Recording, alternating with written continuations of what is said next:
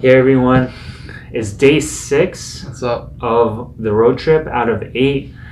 It's crazy, we're nearing the end. Today was a very crazy day. We woke up at Grand Teton National Park. We had our campsite at Coulter Bay. How was your sleep last night? Pretty bad. Went to bed really hot.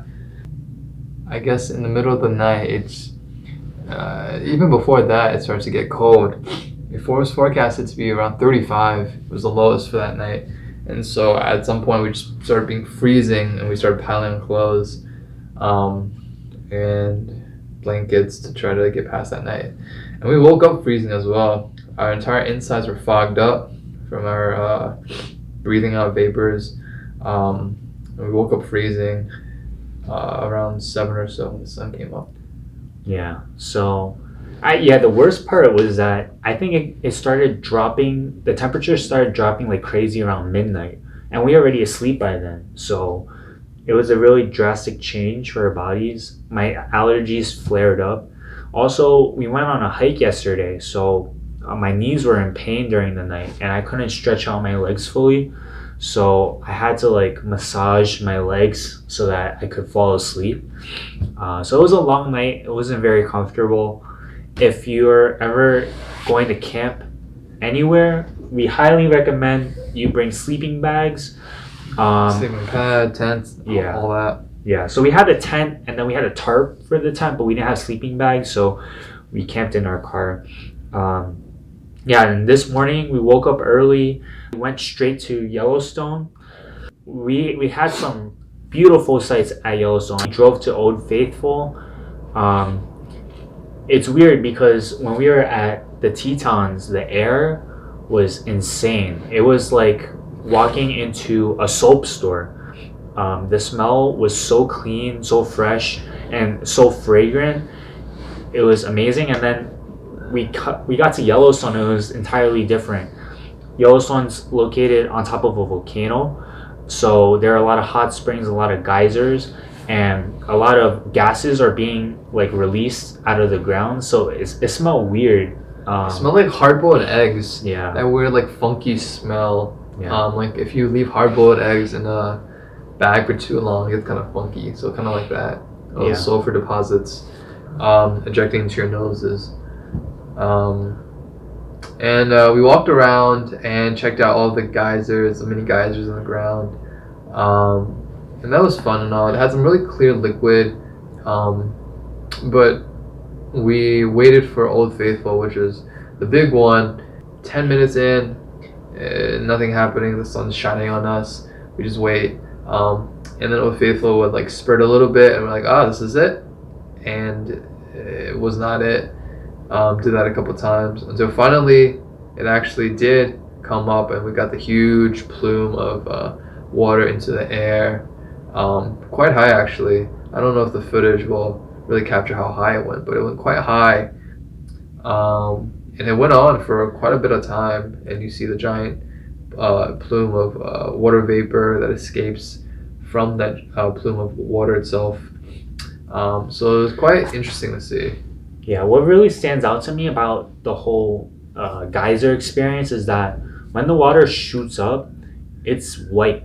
It's insanely clean water. It's clear. And it's weird because it's coming from the ground. There's a lot of dirt, a lot of gas there. But when the water comes out, it's super clean and very hot. Yeah. And then we left that and drove to the Grand Prismatic Spring, which we had to park on the side of the road for just because so many people wanted to see it, and we almost didn't do it because we were so tired after coming off the Grand Teton and driving for so long and wanting to just get to a place with a bed. We almost skipped it, but I'm so glad we didn't because I think it's probably one of the greatest things I've ever seen ever. Yeah. And so we walked in immediately. We're like, it was a giant spring, quite massive, giant clouds of water vapor coming up, and then the wind blows it in whatever direction, and so a lot of the time it hits us, and we encounter this heat as if we were in a sauna. And then once that blows away, we immediately counted the cold air again. And so there's this like dichotomy of like hot and cold that felt really, really interesting, but also kind of felt kind of nice. Yeah, it's weird because you feel hot and cold at the same time. It's like if you opened the refrigerator door and stood right in front of the fridge, and then there was a fan blowing air at you, and at the same time your friend is shooting you with a blow dryer. That's what it felt like. But if you ever go to Yellowstone, we highly recommend it. Go to the Grand Prismatic Spring, located in the Great Geyser Basin. It's absolutely stunning.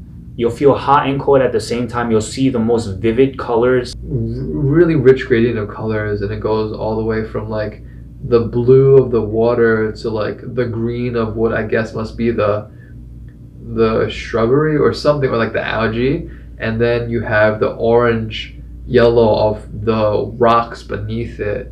And you have and you get this rich color, and it's constantly bubbling, constantly hot.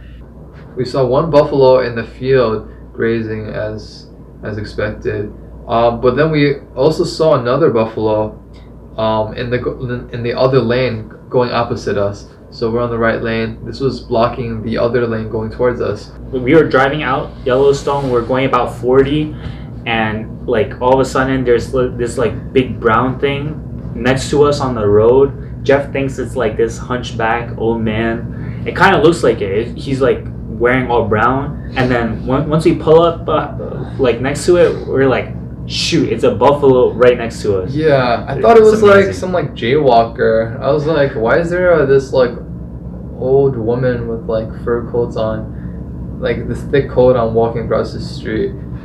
And now we're in Idaho. We drove out in Wyoming. We passed through Montana. We're in Idaho now. We ate some Idaho potatoes for dinner.